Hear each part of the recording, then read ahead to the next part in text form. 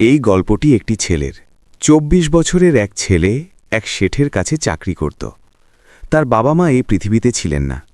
জীবন বড়ই কষ্টে কাটছিল। সে প্রতিদিন কাজ করে টাকা রোজগার করে বাড়ি আসত, রান্না করত, খেত আর ঘুমিয়ে পড়ত। একদিন সে দেখল এক বৃদ্ধ ফকির তার পিঠে ৩টি বোঁচকা নিয়ে এক শহর থেকে অন্য শহরের দিকে যাচ্ছিলেন। তিনি বেশ বৃদ্ধ ছিলেন এবং অনেকক্ষণ ধরে এভাবেই সফর করছিলেন। অবশেষে আরও কিছু পথ যাওয়ার পর তিনি চলতে চলতে ক্লান্ত হয়ে একটি গাছের নিচে বসে পড়লেন। তখনই তার নজর এক যুবক ছেলের উপর পড়ল যে সেই পথ দিয়েই যাচ্ছিল, এবং সেও সেই দিকেই যাচ্ছিল যেদিকে ওই বৃদ্ধ ফকিরের যাওয়ার কথা ছিল। তখনই সেই ছেলেটি ওই বৃদ্ধ ফকিরের পাশ দিয়ে যাচ্ছিল। তখন ফকির সেই ছেলেকে বললেন, শোনো বেটা, তুমি কি আমাকে সামান্য সাহায্য করতে পারো? এই বোঁচকাগুলো খুব ভারী, আর আমি বৃদ্ধ হয়ে গিয়েছি। আমি বেশিক্ষণ এদের বোঝা বইতে পারবো না, আর আমি খুব ক্লান্ত হয়ে পড়েছি।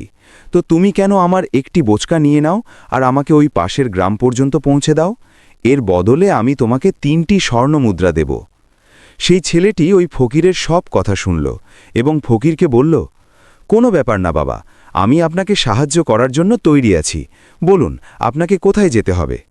এই বলে সেই ছেলেটি ওই ফকিরের একটি বোঁচকা তুলে নিয়ে নিজের কাঁধে নিল। তখনই সেই জোয়ান ছেলেটির মনে হল যে এই বোঁচকাটি তো সত্যিই খুব ভারী। সেই ছেলেটি এবং ফকির দুজনেই রাস্তায় সামনের দিকে এগিয়ে চললেন। কিছুটা পথ যাওয়ার পর দেখা গেল সেই গ্রাম শেষ হতে শুরু করেছে এবং এবার একটি নির্জন রাস্তা সামনের দিকে এগিয়ে যাচ্ছে। তারা দুজনেই নিজের খেয়ালে সামনের দিকে এগিয়ে যাচ্ছিলেন। যখন তারা ভিড় থেকে পুরোপুরি আলাদা হয়ে গেলেন, তখন সেই ছেলেটি ফকিরকে বলল, বাবা, এই বোঁচকায় আসলে কি এমন রাখা আছে যে এটি এত ওজন? এই প্রশ্নে সেই ফকির লোকটি সেই ছেলেকে জবাব দিয়ে বললেন, কিছু না বেটা, এতে তামার কিছু মুদ্রা ভরা আছে, এই কারণেই এই বোঁচকাটি খুব ভারী। ফকিরের এই কথা শুনে সেই ছেলেটি মনে মনে ভাবতে লাগল যে নিশ্চয়ই এই বাবা কোনো ব্যবসায়ী হবেন, তাই এতগুলো তামার মুদ্রা নিয়ে চলছেন। আর তারপর তখনই তার মনে একটি খেয়াল এলো যে আমার কি করার আছে, আমাকে তো শুধু এই বোঁচকাটি অন্য গ্রাম পর্যন্ত পৌঁছে দিতে হবে, ব্যাস এইটুকুই। যেই তার মনে এই খেয়াল এলো, সে তামার মুদ্রার সেই চিন্তা মন থেকে বের করে দিল এবং নিজের ধ্যানে মগ্ন হয়ে সামনের দিকে চলতে লাগল। চলতে চলতে আরও কিছুটা সময় কাটল এবং তারা দুজনেই এক নদীর তীরে গিয়ে পৌঁছালেন। সেই ছেলেটি হৃষ্টপুষ্ট এবং বেশ চনমনে ও সুঠাম ছিল, তাই সে কোনো কিছু না ভেবেই সেই নদীতে নেমে গেল। কিন্তু সেই ফকির তখনও তীরেই দাঁড়িয়েছিলেন। তখন ছেলেটি ফকিরকে বলল, কি হলো বাবা, চলে আসুন, আমাদের এই নদী পার করতে হবে, তবেই তো আমরা ওই গ্রামে পৌঁছতে পারব। এই কথায় ফকির সেই ছেলেকে বললেন, আমি জানি বেটা যে আমাদের এই নদী পার করতে হবে, কিন্তু যেমনটা তুমি জানো আমি এখন বৃদ্ধ হয়ে গিয়েছি, আর 2টো বোঁচকা নিয়ে আমি এই নদী পার করতে পারবো না। যদি আমার পা পিছলে যায় তবে কি হবে? তুমি কি আমার আরও একটি বোঁচকা নিতে পারো? আমি তোমাকে এর বদলে আরও 3টি স্বর্ণমুদ্রা দেব। এই শুনে সেই ছেলেটি হাসতে হাসতে ফকিরকে বলল, বাবা, আপনি আমাকে লজ্জিত করছেন। আপনি যদি আমাকে স্বর্ণমুদ্রা নাও দিতেন তবুও আমি আপনার কাজ অবশ্যই করতাম। আমি আপনাকে ওই অন্য গ্রাম পর্যন্ত নিশ্চয়ই পৌঁছে দেব। এই কথায় ফকির হাসতে হাসতে সেই ছেলেকে বললেন, বেটা, তুমি তো বড়ই ভালো মানুষ বলে মনে হচ্ছ। এইটুকু বলে তিনি দ্বিতীয় বোঁচকাটিও সেই ছেলের হাতে দিয়ে দিলেন। সেই ছেলেটি যখন ওই দ্বিতীয় বোঁচকাটি নিজের কাঁধে রাখল, তখন সেই বোঁচকাটিও তার কাছে খুব বেশি ভারী মনে হল, কিন্তু সে সেখানে কিছু বলল না। যেমন তেমন করে তারা দুজনেই নদী পার করলেন। নদী পার করার পর কথা বলতে বলতে সেই ছেলেটি ফকিরকে বলল, বাবা, আসলে এই দ্বিতীয় বোঁচকাটিতে কি আছে? এই বোঁচকাটিও খুব ওজন। এতে ফকির সেই ছেলেকে জবাব দিয়ে বললেন, বেটা, এতে রূপোর মুদ্রা আছে, এই কারণেই এই বোঁচকাটিও খুব ওজন। ফকিরের এই সব কথা শুনে এবার সেই ছেলেটির মাথা দ্রুত কাজ করতে শুরু করল। সে ভাবছিল যে একটি বোঁচকায় তামার মুদ্রা আছে আর দ্বিতীয়টিতে রূপোর। এমন মনে হচ্ছে যেন এই ফকির বাবা কোথাও দূর থেকে আসছেন এবং তিনি নিজের সব জমি জায়গা বিক্রি করে এই সব মুদ্রা জোগাড় করেছেন, তাই তো তিনি এত ধন নিয়ে চলছেন। কিন্তু সেই ছেলেটি ফকিরকে কিচ্ছু বলল না এবং তারা দুজনেই চুপচাপ রাস্তায় সামনের দিকে এগিয়ে চললেন। কিছুটা পথ এগিয়ে যাওয়ার পর আবার একটি নির্জন পথ এলো। সেই নির্জন রাস্তাটি দেখা মাত্রই সেই ছেলেটির মনে নানা রকম চিন্তা উৎপন্ন হতে লাগল। সে ভাবতে লাগল, আরে এটি তো নির্জন জায়গা, যদি আমি এই মুদ্রাগুলো নিয়ে এখান থেকে পালিয়ে যাই তবে এই ফকির আমাকে কতক্ষণ আর দৌড় করাবেন। আমার মনে হয় না যে তিনি আমাকে কখনো ধরতে পারবেন, আর এখানে কেউ নেইও যে ওনাকে সাহায্য করতে পারবে। আর তাছাড়া এগুলো অনেক মুদ্রা, আমি এগুলো দিয়ে একটি ভালো দোকান কিনতে পারি, নিজের নতুন ব্যবসা শুরু করতে পারি। আর তাছাড়া এই বৃদ্ধ ফকির এখন এই টাকা দিয়ে কি করবেন? তার চেয়ে ভালো হয় যদি আমি এগুলো রেখে দিই। সেই ছেলেটি এই সব বিষয়ে ভাবছিলই, তখনই হঠাৎ সে নিজের ওপর আশ্চর্য হল। আরে আমি এসব কি ভাবছি? এই ফকির বাবা না জানি কোথা থেকে আসছেন, আর কি কষ্ট করে তিনি এতগুলো টাকা জোগাড় করেছেন। আমার ওনার সুযোগ নেওয়া উচিত নয়। না না, আমার এমনটা করা উচিত নয়। সে কিছুক্ষণের জন্য তো নিজের মনের চিন্তাগুলোকে নিয়ন্ত্রণ করে নিল, কিন্তু কিছুক্ষণ পর তার মনের চিন্তাগুলো তার ওপর জেঁকে বসতে শুরু করল। সেই ছেলেটি দুটি বোচকা নিয়ে ফকিরের পেছন পেছন চলছিল, এবং কিছুটা পথ চলার পর একটি পাহাড় এলো। এতে ফকির বাবা সেই ছেলেকে বললেন, বেটা, এই পাহাড়ে আমি চড়তে পারব না, আমি যথেষ্ট বৃদ্ধ হয়ে গিয়েছি, আর আমার হাঁটুতেও ব্যথা থাকে। যদি তুমি আমার তৃতীয় বোচকাটিও নিয়ে নাও তবে আমি তোমাকে আরও 3টি স্বর্ণমুদ্রা দেব, কিন্তু মনে রেখো এটি কোথাও ফেলে দিও না, কোথাও যেন এই বোচকাগুলো খুলে না যায়। এই শুনে ছেলেটি ফকিরকে বলল, কেন বাবা, আসলে এতে এমন কি আছে? এতে ফকির সেই ছেলেকে বললেন, বেটা, এতে স্বর্ণমুদ্রা আছে। এই শুনে সেই ছেলেটি মনে মনে খুব আনন্দিত হল। সে চুপচাপ সেই বোচকাটিও ফকিরের কাছ থেকে নিয়ে নিল, এবং দেখতে দেখতে তারা দুজনেই রাস্তায় সামনের দিকে এগিয়ে যেতে লাগলেন। এবার সেই ফকির কোনো ওজন ছাড়াই আরাম করে পাহাড়ের চড়াই উঠছিলেন, কিন্তু সেই যুবক ছেলেটি যে পেছনে ছিল সে ওজনের কারণে খুব ধীরে ধীরে চলতে পারছিল। কিন্তু যখন থেকে সে সোনার নাম শুনেছিল তার মন তখন লাফ দিচ্ছিল।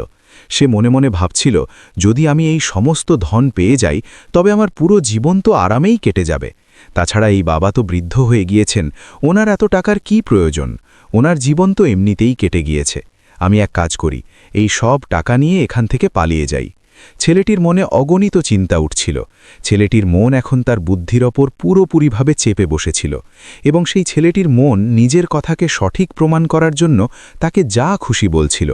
আর তখনই সেই ছেলেটির মনে আরও একটি চিন্তা উৎপন্ন হল, এবং এবার সেই ছেলেটি ভাবছিল, মনে হচ্ছে এই ফকির বাবা কোনো চোর, নয়তো ওনার কাছে এতগুলো স্বর্ণমুদ্রা কোথা থেকে আসবে। যদি উনি কোনো ব্যবসায়ী হতেন তবে উনি কোনো না কোনো বাহনের ব্যবস্থা তো অবশ্যই করতে পারতেন। মনে হচ্ছে উনি কোনো চোর, আর চোরের থেকে চুরি করাতে আবার খারাপ কি আছে? এ কথা ভাবতে ভাবতে সেই ছেলেটি এবার ফকিরের থেকে দ্রুত গতিতে সামনের দিকে এগিয়ে যাচ্ছিল, এবং দেখতে দেখতে সে ফকিরের থেকে অনেকটা এগিয়েও গেল। সে ভাবছিল যে যেমনই এই পাহাড়ের ঢাল আসবে আমি 3টে বোচকা নিয়েই পালিয়ে যাব। এতে এই সমস্ত টাকা আমার হয়ে যাবে, এবং আমার দারিদ্র্য চিরকালের জন্য দূর হয়ে যাবে। আমি যা চাইব আমি তা করতে পারবো, আমার কাছে অনেক ধন থাকবে। আর দেখতে দেখতে তারা দুজনেই পাহাড়ের চূড়ায় পৌঁছে গেলেন, এবং এবার ঢালু রাস্তা শুরু হতে চলেছিল। তখনই সেই ছেলেটি ফকিরের নজর এড়িয়ে সেই 3টে বোচকা নিয়ে দৌড়ে সামনের দিকে এগিয়ে গেল। এখন তাকে নিজের শরীর খুব হালকা মনে হচ্ছিল, যেন তার ওই 3টে বোচকার ওজন পর্যন্ত মালুম হচ্ছিল না। অনেক দূর দৌড়াতে দৌড়াতে কোনোভাবে সে নিজেকে বাঁচাতে বাঁচাতে নিজের বাড়িতে পৌঁছাল। তার খুশির কোনো সীমা ছিল না। সে ভাবল, কেননা আমি তাড়াতাড়ি এই বোচকাগুলো থেকে সেই সব টাকা বের করে নিই। এ কথা ভেবে যখন সে বোচকা খুলল তখন প্রথম বোচকায় সে লোহায় মরিচা ধরা কিছু মুদ্রা পেল। এটি দেখে তার বিশ্বাস হল না।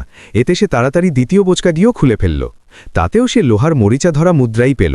এই সব দেখে সেই ছেলেটি খুব অবাক হল। আসলে এইসব কি হচ্ছে? সেই ফকির তো আমাকে অন্য কিছু বলেছিলেন। এবার সে সোনার বোচকাটি খুলল, এবং তাতেও লোহার মরিচা ধরা মুদ্রাই বেরোল। এটি দেখে সেই ছেলেটি খুব রাগান্বিত হল। সে ভাবল, সেই ফকির আমার সাথে মিথ্যে কেন বললেন? তিনি আমাকে কেন এমনটা বললেন যে একটিতে তামার মুদ্রা আছে, একটিতে রূপোর, আর তৃতীয়টিতে স্বর্ণমুদ্রা আছে? সে এই সব ভাবছিলই যে তখনই তার নজর সেই বোচকায় পড়ে থাকা একটি চিঠির ওপর পড়ল। সে সেই চিঠিটি তুলল, এবং সেই চিঠিতে লেখা ছিল, এই পুরো নাটকটি একজন সৎ ব্যক্তির খোঁজ করার জন্য করা হয়েছে, এবং আমি এই রাজ্যের রাজা। আমার কোনো সন্তান নেই, আর সেই কারণেই আমি এই ষড়যন্ত্রটি করেছি, যাতে আমি আমার রাজ্যে এমন কোনো একজন সৎ ব্যক্তির খোঁজ করতে পারি যে আমার পরে এই রাজ্যের রাজা হতে পারে এবং এই রাজ্যের ভার সামলাতে পারে। আর এই রাজ্যের ভার সেই সামলাতে পারে যে পুরোপুরি সৎ হবে, যার মনে কোনো প্রকার কোনো লোভ থাকবে না। এটুকু পড়তেই সেই ছেলেটি জোরে জোরে চিৎকার করতে লাগল। সে মাথা ধরে বসে পড়ল। সে জানত যে যদি সে নিজের মনের চিন্তাগুলোর ওপর নিয়ন্ত্রণ রাখত তবে তার জীবন বদলে যেতে পারত, কিন্তু সে নিজের মনের চিন্তাগুলোর ওপর নিয়ন্ত্রণ রাখতে পারল না। বন্ধুরা, মহাত্মা বুদ্ধ বলেন যে মনই সব কিছু। আপনি যা ভাবেন তাই হন।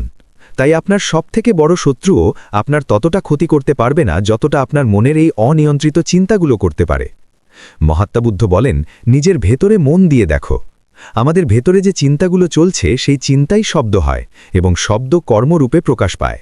বারবার করার ফলে কর্ম অভ্যাসে পরিণত হয় এবং ধীরে ধীরে সময়ের সাথে অভ্যাস চরিত্রে পরিবর্তিত হয়ে যায়। আর এই চরিত্রই আমাদের ভাগ্যের নির্মাণ করে। তাই আমাদের সবসময় নিজের চিন্তার প্রতি সজাগ হওয়া খুব আবশ্যক, আমাদের সচেতন হওয়া খুব প্রয়োজন। আমাদের এটা জানা জরুরি যে আমাদের মনে কোন ধরনের চিন্তা আসছে। আগে মহাত্মা বুদ্ধ বলেন যে দুর্বলতা সবসময় ছোট চিন্তা থেকে শুরু হয়। এটি একটি বীজের রূপে থাকে এবং যদি এই বীজকে নষ্ট না করা হয় তবে এই ছোট চিন্তাটি খুব শীঘ্রই একটি বিশাল বৃক্ষের রূপ নিয়ে নেয় এবং আমাদের বুদ্ধির ভাবা ও বোঝার ক্ষমতাকে পুরোপুরি নষ্ট করে দেয়। ঠিক যেমনটা আপনারা এই গল্পে দেখলেন, কিভাবে সেই যুবক ছেলেটির মন তার ওপর চেপে বসেছিল এবং তার সঠিক ও ভুল ভাবার ক্ষমতা পুরোপুরি নষ্ট হয়ে গিয়েছিল, যে কারণে সে এটি বুঝতে পারেনি যে তার কি করা উচিত। এবং তার লোভ তার ভেতরে এতটাই শক্তি ভরে দিয়েছিল যে সে 3টি বোঁচকা তুলে নিয়ে এত দ্রুত সেখান থেকে দৌড়ে এগিয়েও গেল। এই কারণেই যখন আপনার মনে প্রথমবার কোনো ভুল চিন্তা উৎপন্ন হবে তখনই তাকে শিকড় থেকে উপড়ে ফেলা উচিত। অন্যথায় সেটি বিশাল বৃক্ষের রূপ নেবে এবং আপনাকে কোনো না কোনো ভুল পথে সে ঠেলে দেবেই। আপনি চাইলেও তাকে আটকাতে পারবেন না। কিন্তু এখন আপনাদের মনে এই প্রশ্ন জাগছে হবে যে আমরা কিভাবে নিজের মনের চিন্তাগুলোকে নিয়ন্ত্রণ করব। আমাদের মন তো এত চঞ্চল, এটি এত শক্তিশালী যে এটি আমাদের উপর চেপে বসেই যায়। আমরা চাইলেও তার উপর নিয়ন্ত্রণ করতে পারি না। এর জবাবে মহাত্মা বুদ্ধ আমাদের 2টি কথা বোঝান। প্রথম কথা, সঠিক উদ্দেশ্য বা সংকল্প তৈরি করো। অনেক সময় আপনি দেখেছেন যে আপনার মনে কিছু একটা থাকে কিন্তু আপনি বলেন অন্য কিছু, কারণ আপনার মনের ভেতরে যা কিছু আছে তাই আপনার মুখ দিয়ে বাইরে বেরোচ্ছে। কিন্তু যখন আমাদের থেকে সেই ভুলটি হয়ে যায় তখন তার পরে আমাদের মস্তিষ্ক ঠিকভাবে কাজ করতে শুরু করে। আমাদের ভাবা ও বোঝার ক্ষমতা আরও একবার জাগ্রত হয়ে যায় এবং এমন অবস্থায় আমাদের এটি উপলব্ধি হয় যে আমাদের থেকে ভুল হয়ে গিয়েছে। আর তারপর আমাদের মন দুঃখী হয়ে যায়, আমাদের মন আফসোসে ভরে যায়। আর এই ভারী ভাব এবং দুঃখ থেকে বাঁচার জন্য মহাত্মা বুদ্ধ আমাদের সঠিক উদ্দেশ্য তৈরি করতে বলেন। এর জন্য যখনই আপনি কোনো কাজ করতে যাচ্ছেন তখন সবার আগে আপনাকে নিজেকে এটি জিজ্ঞাসা করতে হবে যে যা কিছু আমি করতে যাচ্ছি তার পেছনে আমার উদ্দেশ্য কি। আমি কি অন্যকে দুঃখ দিতে চাইছি, নাকি অন্যকে নিচু দেখাতে যাচ্ছি, নাকি আমাকে নিজেকে উপরে তুলতে হবে? নিজেকে প্রশ্ন করুন, নিজেকে জাগ্রত করুন। যখন আপনি উদ্দেশ্যের প্রতি সচেতন হতে শুরু করবেন, যখন আপনি চিন্তার প্রতি সজাগ হতে শুরু করবেন, তখনই আপনার ভেতরে ইতিবাচক শক্তির প্রবাহ হবে। তখনই আপনি ইতিবাচক সংকল্পের সাথে যুক্ত হতে শুরু করবেন এবং আপনার মনের ভেতরে থাকা সেই নেতিবাচক শক্তি এবং নেতিবাচক চিন্তা দিন দিন কমতে শুরু করবে। তবে মনে রাখবেন, আপনাকে এটি প্রতিদিন করতে হবে এবং আপনাকে এটি সবসময় খেয়াল রাখতে হবে যে আপনাকে কেবল ভালো ভাবতে হবে। আপনার উদ্দেশ্য সবসময় ভালো হওয়া উচিত, তবেই আপনি দুঃখ ও কষ্ট থেকে বাঁচতে পারেন। অন্যথায় আপনি এভাবেই দুঃখ ও কষ্টে ঘিরে থাকবেন এবং আপনি কখনো এ থেকে বেরোতে পারবেন না। দ্বিতীয় কথা, মনের প্রতি সজাগ ভাব তৈরি করো, যার ফলে আপনার মন দেখতে দেখতে শান্ত হবে এবং আপনার মনের ভেতরে থাকা সেই নেতিবাচক শক্তি ও নেতিবাচক চিন্তা শেষ হতে শুরু করবে এবং আপনি শান্তির দিকে এগিয়ে যাবেন। আর আপনাকে এর জন্য শুধু এটুকুই করতে হবে যে এই মুহূর্তে যা কিছু হচ্ছে আপনার চোখের সামনে, আপনার ভেতরে যা কিছু যেভাবেই চলছে, শুধু তাকে দেখতে থাকতে হবে। নিজের মনের ভালোমন্দ চিন্তা, নিজের আবেগ এবং নিজের স্মৃতির ওপর কোনো প্রতিক্রিয়া না দিয়ে সেগুলোকে কেবল দেখতে থাকতে হবে, যার ফলে আপনার মনের সব চিন্তা দেখতে দেখতে শেষ হতে শুরু করবে, আপনার মন খালি হতে শুরু করবে এবং আপনি নেতিবাচক চিন্তা বা ভাবনাকে বাঁচতে পারেন এবং আপনি এই দুঃখ ও কষ্ট থেকেও দূরে থাকতে পারেন। এই কারণেই মহাত্মা বুদ্ধ বলেন যে নিজেকে দেখে সেই সবথেকে বড় তপস্বী, অর্থাৎ যে নিজের মনে চলা সেই চিন্তাগুলোকে কোনো প্রতিক্রিয়া না দিয়ে কেবল দেখে এবং বোঝে, বাস্তবে সেই মনের ওপর নিয়ন্ত্রণ করতে পারে এবং সেই নিজের জীবন সুখ ও খুশিতে কাটাতে পারে। তাই যদি আপনিও নিজের জীবনকে সুখী ও আনন্দময় করতে চান, তবে আপনাকে সবার আগে নিজের মনের উপর নিয়ন্ত্রণ সাধন করতে হবে, নিজের মনকে খালি করতে হবে, নিজের মনের চিন্তার প্রতি আপনাকে সজাগ হতেই হবে। বন্ধুরা, আশা করি যে আপনারা আজকের এই ভিডিও থেকে নিশ্চয়ই কিছু না কিছু শিখেছেন। তো এই ভিডিওটিকে লাইক এবং নিজের বন্ধুদের সাথে শেয়ার অবশ্যই করবেন। আর আমাদের এভাবেই সাপোর্ট করার জন্য চ্যানেলটিকে সাবস্ক্রাইব এবং বেল বাটনটি অবশ্যই টিপে দেবেন। চলুন, দেখা হবে আবার পরের ভিডিওতে। ততক্ষণ পর্যন্ত নিজের খেয়াল রাখুন। ধন্যবাদ এবং নমো বুদ্ধায়।